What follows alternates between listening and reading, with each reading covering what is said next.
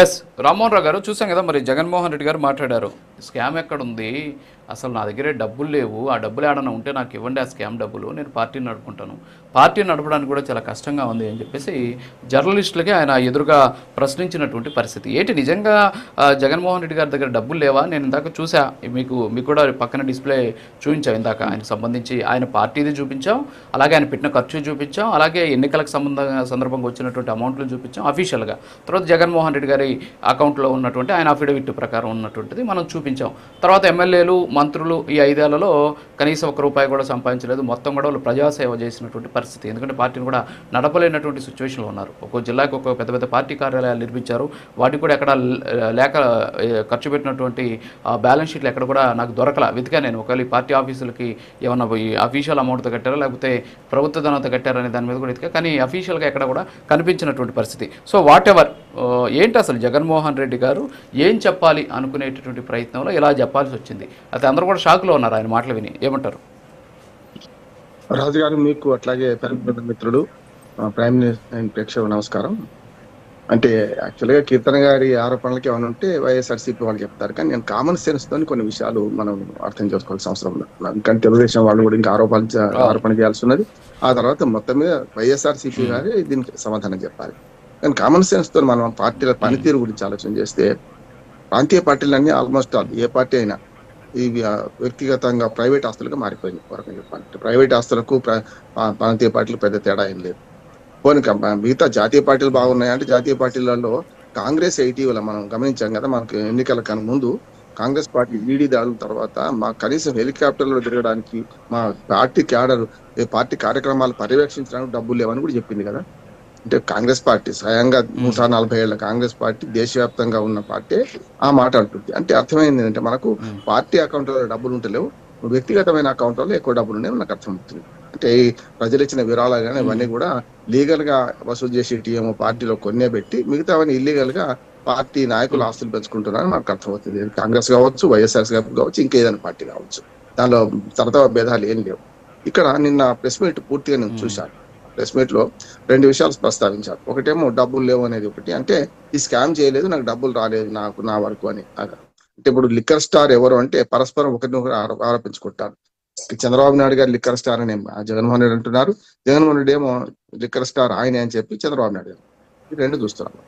Liquor లో కొన్ని clarities ఇస్తే అర్థమవుతుంటాను. నిన్న ఒక ప్రయత్నం చేశారు జగన్మోహన్ రెడ్డి, ఏమనంటే 2014 నుంచి 19 వరకు ఏ రకంగా అమ్మింది లిక్కరు, 2019 తర్వాత ప్రభుత్వ షాపులు నడిపిస్తున్నప్పుడు ఏ రకంగా అమ్మింది అనుకుంటూ 2018-19 చివరి ఎన్నికల సంవత్సరం కంటే ముందు సంవత్సరంలో ఎంత అమ్మిందో మేము చివరి సంవత్సరంలో 2023-24లో అంతే అమ్మాము, ఇంకా తక్కువైంది కదా, లిక్కర్ అమ్మకం తక్కువైంది కదా, మరి ముడుపులు ఎక్కడివి అంటున్నారు. ఈ తక్కువ కావడానికి కారణం సరిగ్గా చెప్తారని నేను అంటున్నాను.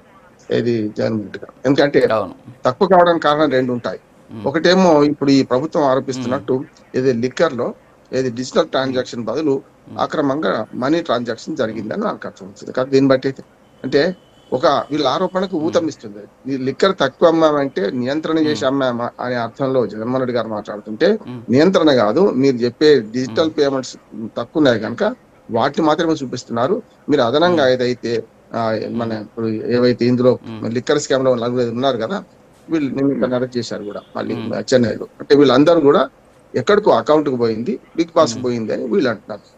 అందుకని ఏమంటున్నారంటే, ఈ లిక్కర్ అమ్మకం తక్కువైందని జగన్మోహన్ రెడ్డి గారు స్వయంగా ఒప్పుకుంటున్నారు కదా, పాత 5 ఏళ్ళు తర్వాత 5 ఏళ్ళు ఈ లిక్కర్ అమ్మకం తక్కువైంది అన్నప్పుడు తెలుగుదేశం లేకుంటే ఈ కూటమి ప్రభుత్వం, ఆంధ్రప్రదేశ్ ప్రభుత్వం నిరూపించాల్సింది ఏంటంటే, ఇప్పుడు గత 10 నెలలుగా 8 నెలలు 9 నెలల నుంచి లిక్కర్ పాలసీ వెంటనే అమలు కాలే కనుక 8-9 నెలలు అయింది. ఇది ప్రభుత్వ దుకాణాలు తీసేసి ప్రైవేట్ వాళ్ళకి అప్పచెప్పారు.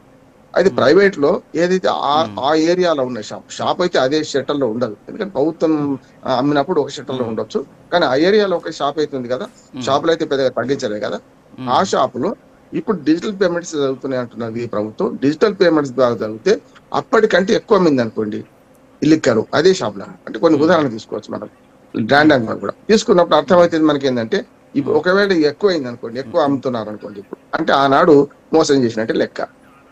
ఇప్పుడు ఇట్లాంటి లెక్కలు తీసుకొని నిన్న సిట్ ఏం చేసింది, కోర్టుకు సమర్పించింది. ఇప్పుడు ఆధారాలు మనకు ఆ కోర్టు సమర్పించిన లెక్కలు మనకు లేవు కనుక పటిష్టమైన దర్యాప్తు చేసినాం, ఈ మొత్తం ఆధారాలు సమర్పించినాం, ఇక జగన్మోహన్ రెడ్డి అరెస్టే ఇక తరువాయి అని ప్రభుత్వం చెప్తున్నది.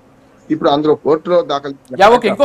ఇంకొకటి రామ్మోహన్ రావు గారు, ఇంకోటి ఏంటంటే నిన్న ఆయన మాట్లాడుతూ జగన్మోహన్ రెడ్డి గారు మాట్లాడుతూ కొన్ని అంశాలు చెప్పారు. ఏంటంటే డిజిటల్ విధానంతోనే గతంలో చంద్రబాబు నాయుడు డిజిటల్ విధానంతోనే మద్యం ఆర్డర్లో గోల్మాల్ జరిగింది, సో కాబట్టి మేము దాన్ని తీసేసాం అని చెప్పేసి చాలా స్పష్టంగా ఆయన చెప్పడం జరిగింది.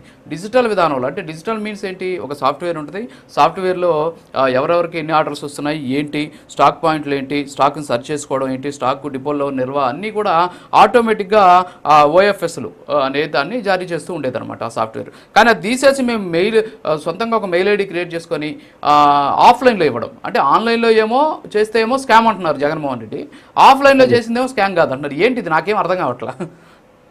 నాకు కూడా అర్థం కాదు రాజు గారు, ఎందుకంటే ఇప్పుడు డిజిటల్ పేమెంట్ లో డిజిటల్ పేమెంట్ కాదు, డిజిటల్ ఆర్డర్స్ లో ఏదైతే సరుకు తక్కువ ఉందో అది ఆటోమేటిక్ గా జనరేట్ చేసుకొని ఇచ్చే ఆర్డర్ అంత గతంలో అదే ఆయనే చెప్పారు, జగన్మోహన్ రెడ్డి గారు చెప్పారు, ఇంకెవరు చెప్పలే. ఆయన ఏమంటున్నారంటే గతంలో డిజిటల్ ఆర్డర్ లో ఏ సరుకు ఒక బ్రాండ్ సరుకు అక్కడ తక్కువ ఉంది అనుకోండి, వెంటనే అంటే అది మన అలర్ట్ అయిపోయి ఇచ్చేదట, ఆర్డర్ ఇచ్చేదట.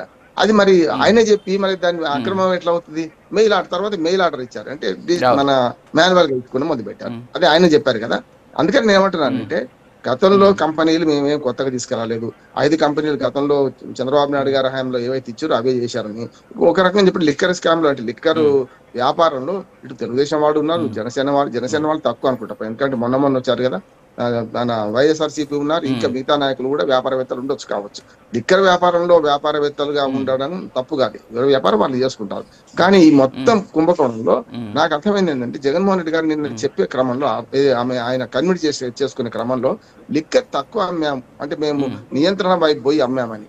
కానీ మద్య నియంత్రణ కమిటీ అధ్యక్షులుగా 3 సంవత్సరాలు పనిచేసిన వాళ్ళ లక్ష్మణ్ రెడ్డి గారు ఉన్నారు కదా, ఆయన ఏమన్నారు స్పష్టంగా, ప్రొహిబిషన్ అండ్ ఎక్సైజ్ శాఖ ఇది, ప్రొహిబిషన్ లేదు, ఎక్సైజ్ మీద ఆదాయం మీద చేశారు. ఆయన నియమించిన వాడే కదా జగన్మోహన్ రెడ్డి గారు ప్రభుత్వంలో, లక్ష్మణ్ రెడ్డి గారు ఆయన నియమించారు, 3 ఏళ్ళు అధికారంలో ఉన్నారు ఆయన. అట్లాగే కనీసం మాకు ఫండ్స్ కూడా రిలీజ్ చేయలేదు, ప్రొహిబిషన్ కోసం కానీ వీటి కోసం రిలీజ్ చేయలేదు అంటున్నారు.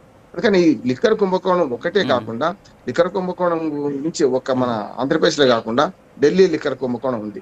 నిన్నగాక మొన్న సుప్రీంకోర్టు నేను ఒక తీర్పు ఇచ్చింది. ఒక రకంగా చెప్పాలంటే జగన్మోహన్ రెడ్డి గారికి ఏమైనా ఊరెట్లా లభిస్తుందని మనం అనుకుంటున్నాను నేను ఈ తీర్పును బట్టి. అంటే నేనేమన్నా తీర్పు కూడా కాదు, మధ్యంతర వ్యాఖ్యలు చేసింది.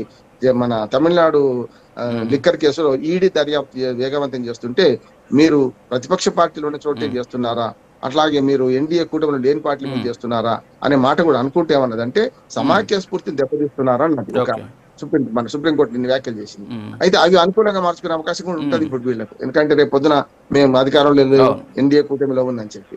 కానీ నేనేమంటున్నానంటే ఇక్కడ సిట్ కంటే మనకు రాష్ట్ర ప్రభుత్వ దర్యాప్తు కంటే ఈడీ దర్యాప్తు కరెక్ట్ అంటున్నాను. ఎందుకంటే ఇప్పుడు ఈ ప్రభుత్వం ఆరోపిస్తుంది ఏంటి, క్యాష్ అంటే డిజిటల్ ట్రాన్సాక్షన్ బదులు మన డబ్బులు ట్రాన్సాక్షన్ అయినాయి అంటున్నారు కదా.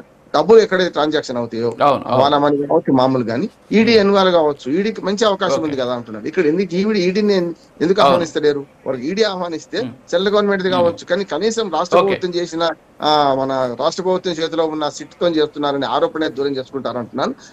ఈడీ కనుక రంగంలో దిగింది అనుకోండి, కొన్ని వాస్తవాలు బయటకు వస్తే నేను అంటున్నాను ఎక్కడ డబ్బులు మారినాయి, ఎవరి ఒకటిలో పోయినాయి అని అనుకుంటున్నాను. Okay sir.